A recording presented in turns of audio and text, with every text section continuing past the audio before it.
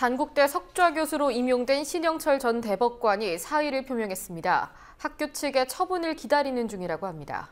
광우병 집회 재판 개입 등으로 법관 자질 논란이 있었던 신 전 대법관, 석좌 교수 임명 과정에서 낙하산 임명 의혹까지 제기됐다는 것을 뉴스K가 보도해드렸는데요.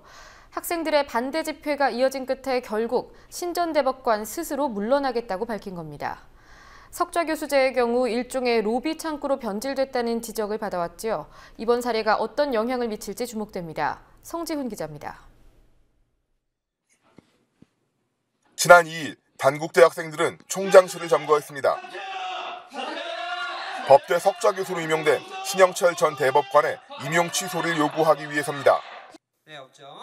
단국대는 지난달 6일 신 전 대법관을 석좌 교수로 임용했지만 이내 학생들의 반대에 부딪혔습니다. 대법관 시절 광우병 쇠고기 집회에 참여한 시민들이 기소된 사건의 재판을 독촉했던 전력 때문입니다.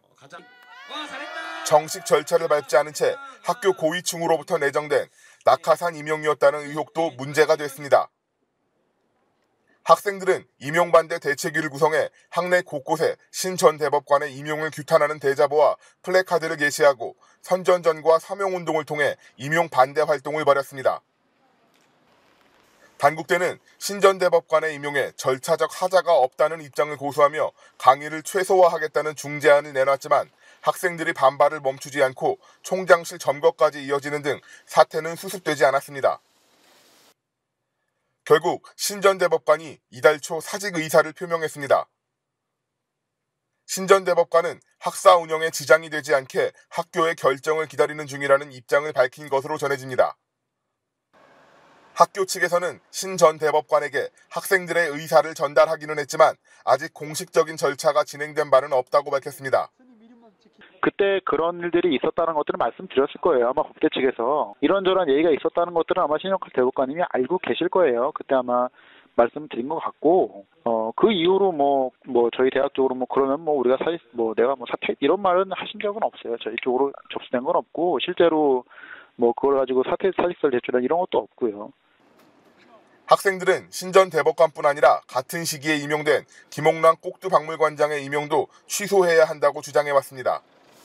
김 관장은 학사 학위 위조가 밝혀져 지난 2007년 단국대 교수직에서 자진 사퇴했지만 이에 대한 해명 없이 올해 다시 교수로 임용됐습니다. 이번 단국대의 임용 파문으로 석좌 교수 제도에 대한 문제 제기가 다시 대두됐습니다. 배재정 새정치민주연합 의원이 전국 국공립대 29개 학교가 제출한 자료를 분석한 결과 이들 대학에 있는 석좌 교수 3명 중 1명은 학문적 업적과 거리가 먼 정치인, 고위관료, 기업인, 언론인 출신입니다. 최근엔 건국대가 캐디 성추행 혐의로 물의를 빚은 박희태 전 국회의장을 석좌 교수로 위촉하려 했다 여론의 문매로 임용을 철회했습니다.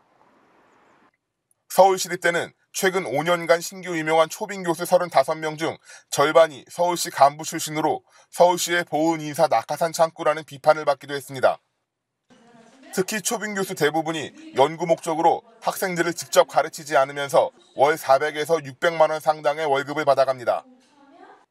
작년 하반기 임명됐던 기동민 전 서울시 정무부시장과 권오중 전 서울시 정무수석 비서관은 비판이 계속되자 임기를 각각 8개월과 10개월 남기고 사퇴하기도 했습니다. 국공립대가 교육이나 연구와 관계없는 퇴직 고위공직자나 공무원, 기업인, 정치인을 임용해 이들에게 교수 경력 쌓기 기회를 주고 이들을 활용해 대외 활동과 교원 확보율 등에서 이득을 취하고 있다는 지적이 이어집니다. 단국대도 신 전 대법관을 임용하면서 신 전 대법관이 석좌 교수로 있으면 로스쿨 유치를 위한 대외 협상력에 큰 도움이 될 것으로 기대했다는 이유를 밝힌 바 있습니다. 국민TV 뉴스 성지훈입니다.